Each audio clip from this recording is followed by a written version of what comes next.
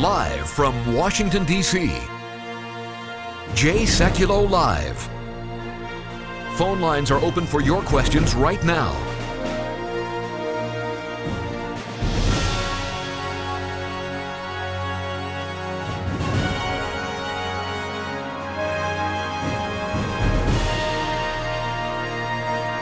And now, Chief Counsel for the American Center for Law and Justice, Sekulow. Hey everybody, welcome to the broadcast. Let me tell you what has happened and what we're dealing with. Last week we reported, and we were very pleased with this, a unanimous resolution passed in the House of Representatives towards the administration to not do anything that would impact Israel's national security, including a return to the pre-67 borders, no unilateral action, encouraged, in fact, that there would be, if necessary, a veto at the UN. So that was the status of things. However, there has been and that was a very positive development. Than's been working aggressively on that. That was a good sign. But we said we needed to keep our guard up, and we needed to keep our guard up for precisely what has happened now. And that is, Jordan, Secretary Kerry is beginning to get statements out there at some symposiums that he's been at here at the waning days of the administration, basically saying that nothing's off the table. The administration may well exercise the veto if they decide to or not. It's up to them, and no guarantees at this point. Right. So the Obama administration, till its final days, through its top diplomat, Secretary of State John Kerry, is still leaving the door open, putting everyone on edge, especially the Israelis, you can understand, but also those in the Trump transition. This also impacts the incoming president and his team as they try to actually get negotiations, bilateral negotiations started between the Israelis and the Palestinians. Right. Let me remind people, it was President Obama who, after 8 years in his Middle East reset and all of the Muslim world's supposed to love him, he couldn't use all of that goodwill. And of course, that's because most of those leaders all started falling in the Arab Spring. Right. But he could never get the Israelis and the Palestinians to even begin talks. Now, so here is Mark Toner's statement. You need to hear what they said because, again, let me go quickly to Than. Than, tell everybody in 15 seconds here what we accomplished in the House of Representatives. It was a unanimous statement from the House of Representatives saying that the United States should not do exactly what Secretary Kerry declined to promise to do, which is veto a resolution at the UN. If President Obama does this, Jay, he's going to do it without the support of Congress. All right, here is the exact statement from Mark Toner. This is the spokesperson for the State Department. There's been no decisions made either way about any kind of step that may or may not be taken at the UN or elsewhere. Folks, we got a lot more ahead on this topic, but we really need you to engage on this issue. We've got a real fight here. Support Israel. That's the petition. It's up at aclj.org, or you can sign it as well if you want to just call in 1-877-989-2255. Again, to stand with Israel, we need to get as many signatures as we can on this. Is urgent. aclj.org or 1-877-989-2255. Back with more in a moment.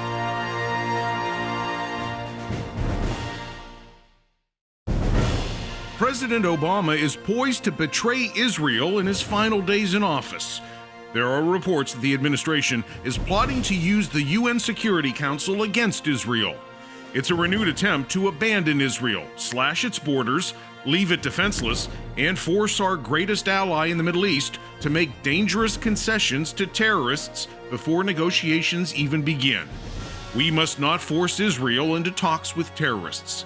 At the American Center for Law and Justice, we're mobilizing our office in Jerusalem. We're preparing critical legal letters, documents, and filings at the United Nations, in Congress, and with the Obama administration.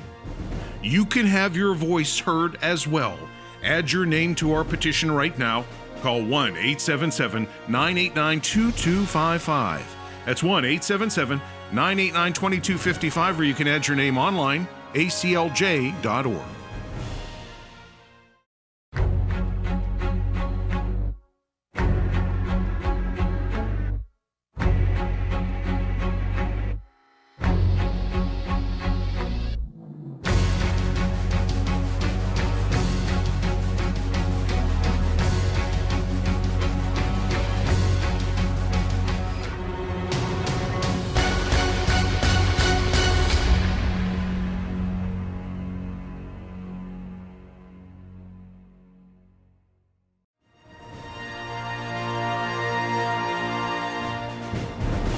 we've got a troubling development on the Middle East front. And by the way, I think this is dangerous for the president-elect and the new administration.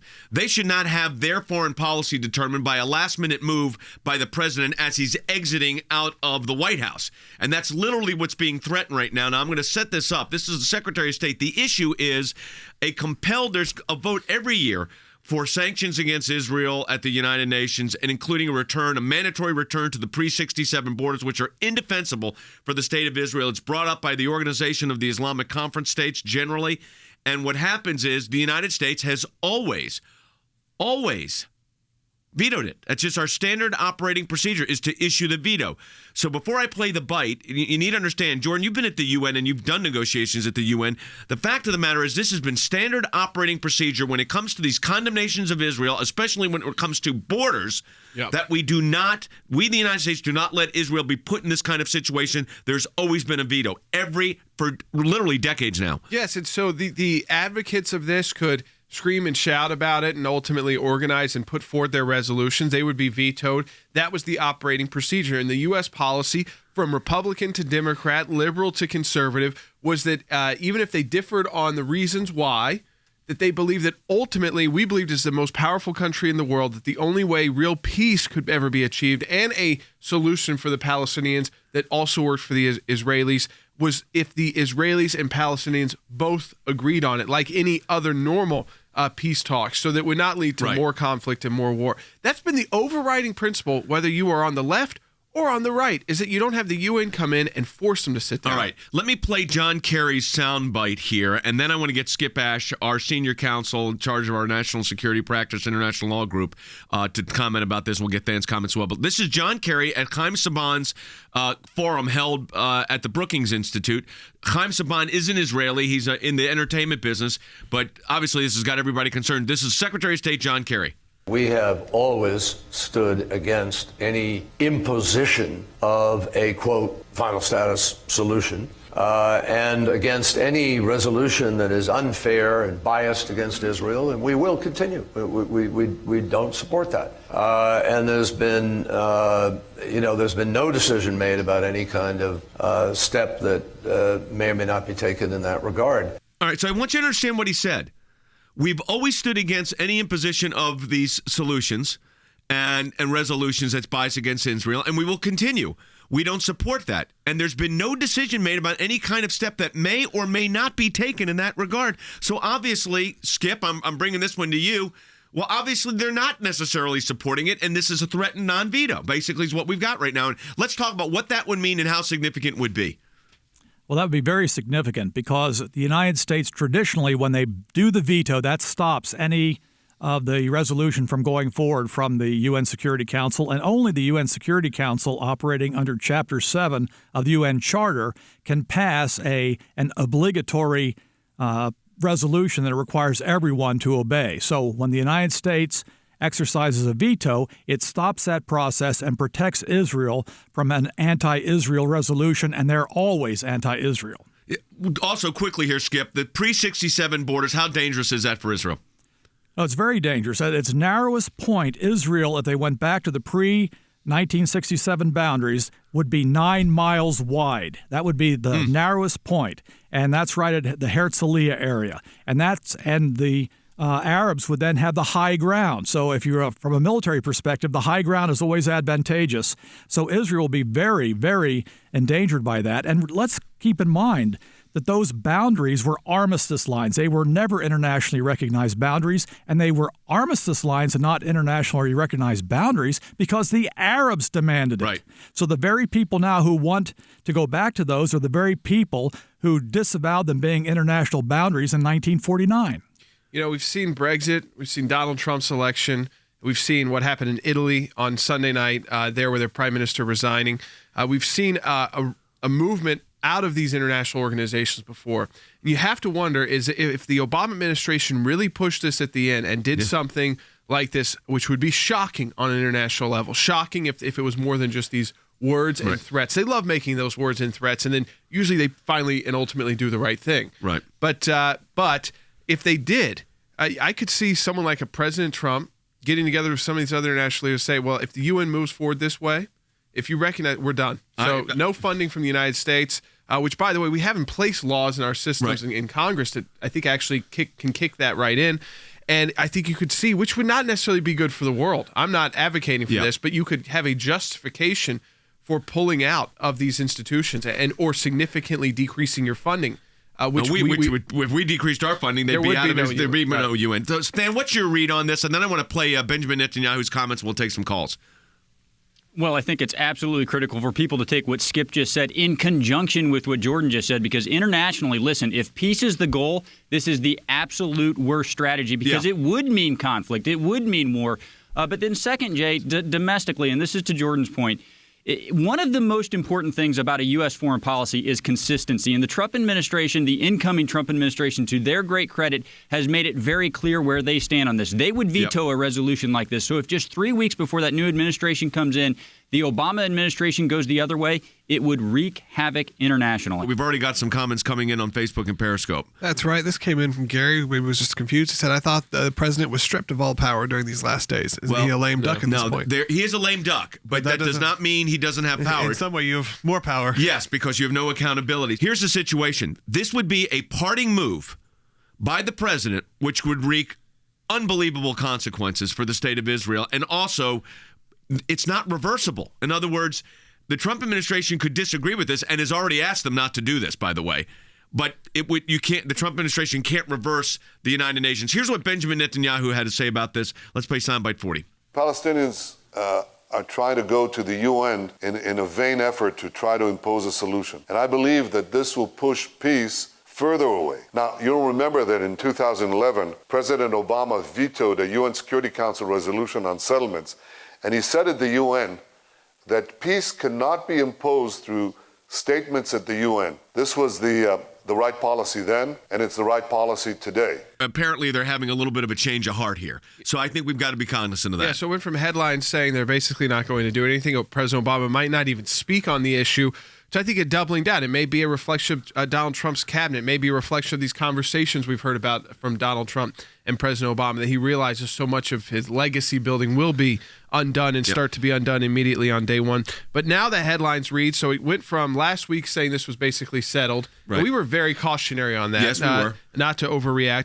And that was because really Congress had spoken out so clearly. But now the headline in The Hill, which is the Congressional newspaper, is Kerry takes harsh tone on Israel, suggests opening for action at United Nations. That's not good. This is the final days of the Obama administration. And what I think on this issue, it's what we've been concerned about the most over these final 4 years, once President Obama was reelected, is this kind of move during the time period when people are looking forward, which I get, forward for their country.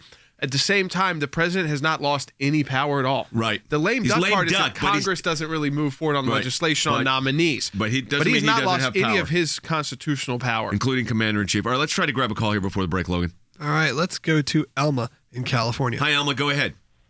Hi. My question is, how does the appointment of General Mattis by Donald Trump affect our relationship with Israel, since he kind of supports what John Kerry believes? Yeah. So this is the one aspect of General Mattis that we are concerned about, not to the point of opposing the nomination, but are concerned about it. And that is, he basically looked at he's in favor of a two-state solution. Well, so is Benjamin Netanyahu. But then he made this unfortunate reference calling it Israel an apartheid, that it looks, in the context of what he said was, it looks like apartheid with the settlements. But he fails to understand, and he's a general, not a lawyer, but that is Israel's ground.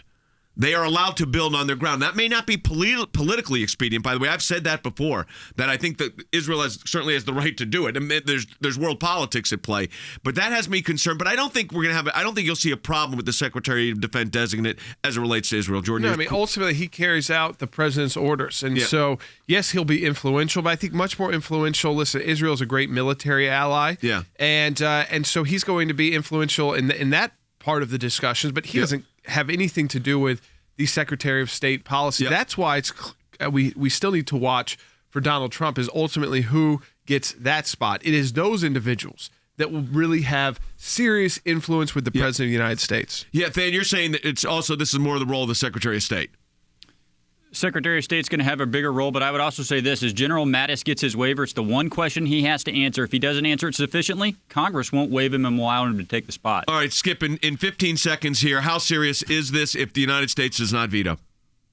If the United States does not veto, I think it's going to be very serious for Israel, because Israel then will have a fait accompli. The international community will then act as if the UN has spoken, and that resolves the issue. As you can tell, as we've been discussing, this issue of Israel's sovereignty and its security on its borders is paramount. We're concerned about what the administration may do here in the waning days.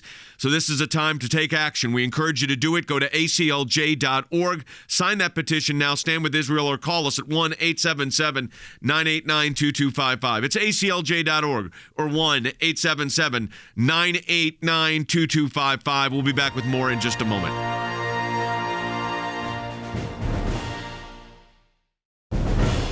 President Obama is poised to betray Israel in his final days in office. There are reports that the administration is plotting to use the UN Security Council against Israel. It's a renewed attempt to abandon Israel, slash its borders, leave it defenseless, and force our greatest ally in the Middle East to make dangerous concessions to terrorists before negotiations even begin. We must not force Israel into talks with terrorists. At the American Center for Law and Justice, we're mobilizing our office in Jerusalem. We're preparing critical legal letters, documents, and filings at the United Nations, in Congress, and with the Obama administration. You can have your voice heard as well. Add your name to our petition right now. Call 1-877-989-2255. That's 1-877-989-2255, or you can add your name online, aclj.org.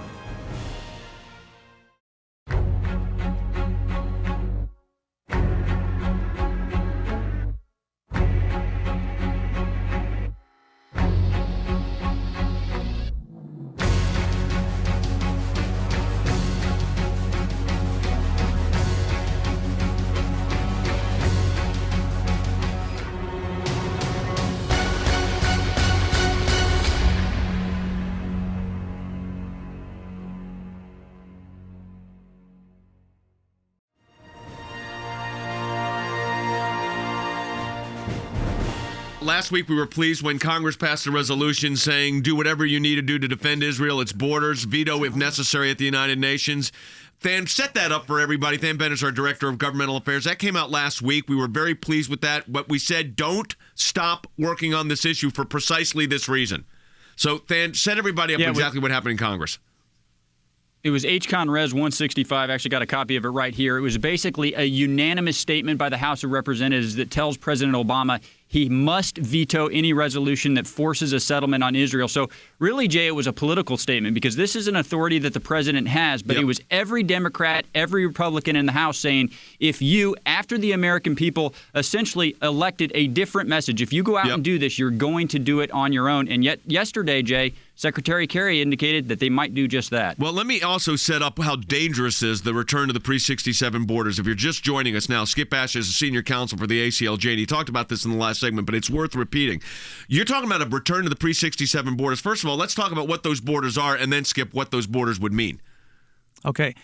First of all, we're dangerous when we call them borders. They should be called armistice lines because that's what they were, which means that's where the fighting stopped in 1949 when the Arabs and the Israelis were fighting together. So it has no geographical significance, and in fact, it's very often a geographically obtuse places or places where it's indefensible on the part of Israel to maintain those borders long term. And therefore, in 1967, the UN Security Council said that Israel had to withdraw from some land, but it did not have to withdraw to those borders because they were indefensible.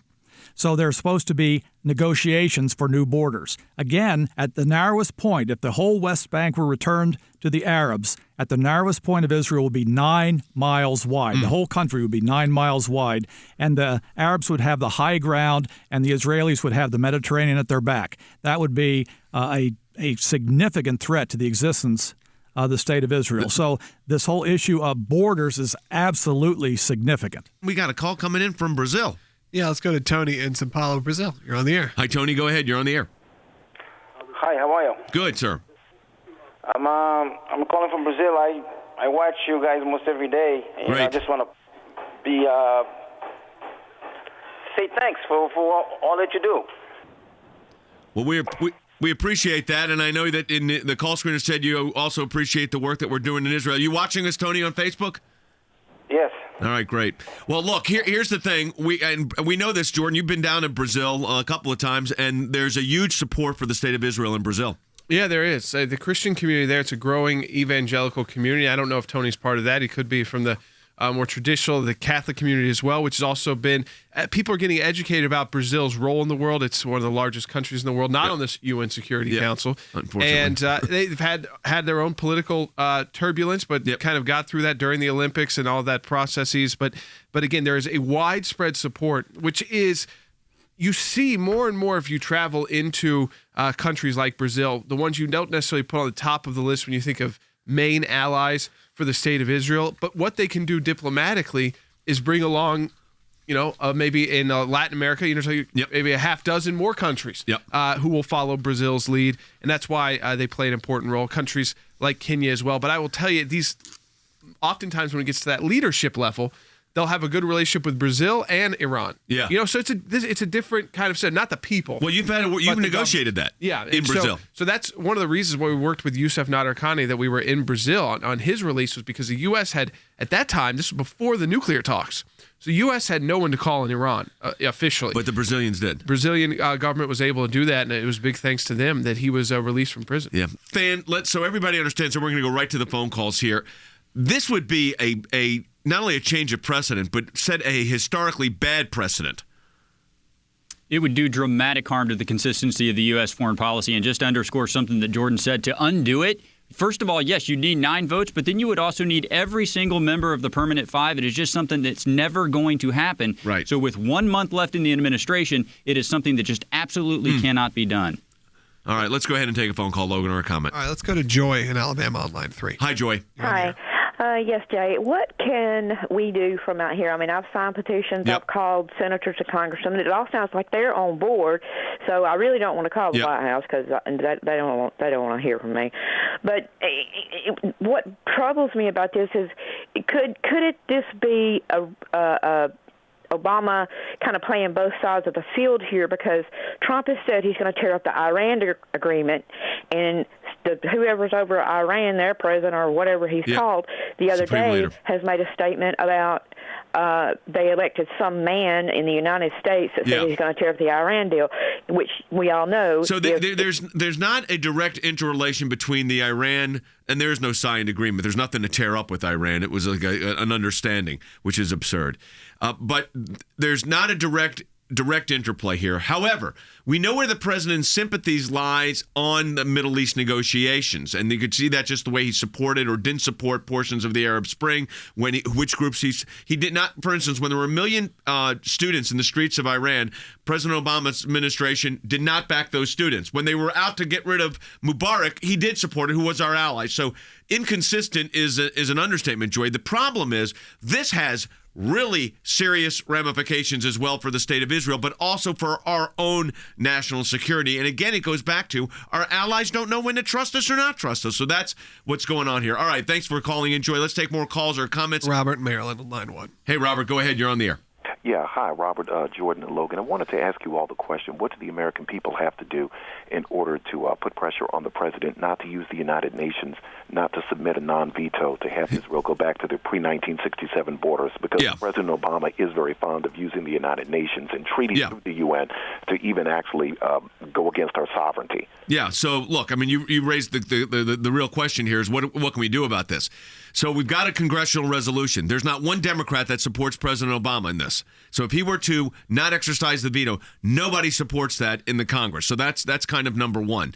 Number two, and I think equal here is, and I'll go to Than on this, we've got to mobilize, and we are doing that. We've got petitions up at aclj.org, but we've got to be able to fight now at the UN on this issue directly. If it, in fact, is raised, we know it is now being raised because they're leaking it out through John Kerry's statements to let everybody know they may do this. So, Than, we've got to work our sources at the UN, but we also have to put pressure on the State Department.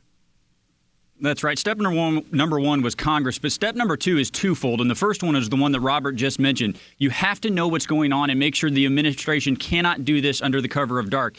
And the second thing, Jay, is to engage with organizations like ours who actually have a presence at the United Nations. There aren't many of those, but our European affiliate has non-consultative status at the UN, so we can actually go and specifically engage these issues at the United Nations. In the United States Congress, there's only one entity that can do that, and it's the President of the United States, but we can be there alongside of him. So, Skip, let me ask you this question. If the President were to direct his UN ambassador to not veto, what would be the political consequences and military consequences for the State of Israel, in your view?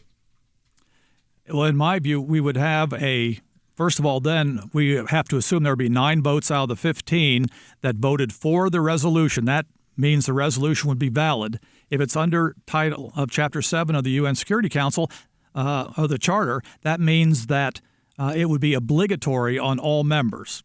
And therefore, it would impose from without this concept of that the armistice lines were actually borders. It would violate its previous resolutions, 242 primarily, and 338, which said to implement 242.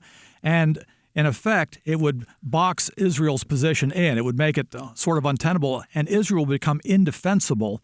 And if the rest of the world were to say, well, the UN has spoken, and that's the voice of the international community, then Israel would really be isolated, and there would be a lot of pressure on Israel. And I'm not sure, other than the United States, the new administration coming in to assist it, that Israel would be able to survive. I think it could set up for a Middle East conflict in the likes of which we haven't seen since 1967.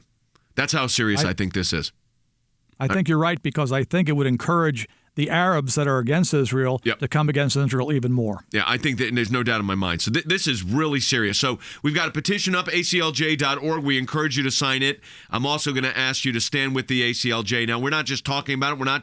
Petitions are very effective here, but we've got to take action as well, and that means our teams have to be mobilized. If you want to stand with us and stand with the Jewish people, stand with Israel, go to aclj.org, sign that petition to stand with Israel at the United Nations. aclj.org or 1-877-989-2255. It's aclj.org or 1-877-989-2255. Take action today. We'll talk to you next week.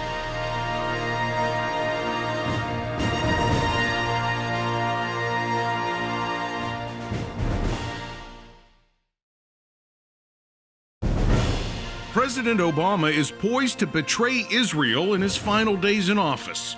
There are reports that the administration is plotting to use the UN Security Council against Israel. It's a renewed attempt to abandon Israel, slash its borders, leave it defenseless, and force our greatest ally in the Middle East to make dangerous concessions to terrorists before negotiations even begin. We must not force Israel into talks with terrorists. At the American Center for Law and Justice, we're mobilizing our office in Jerusalem. We're preparing critical legal letters, documents, and filings at the United Nations, in Congress, and with the Obama administration. You can have your voice heard as well. Add your name to our petition right now. Call 1-877-989-2255. That's 1-877-989-2255, or you can add your name online, aclj.org.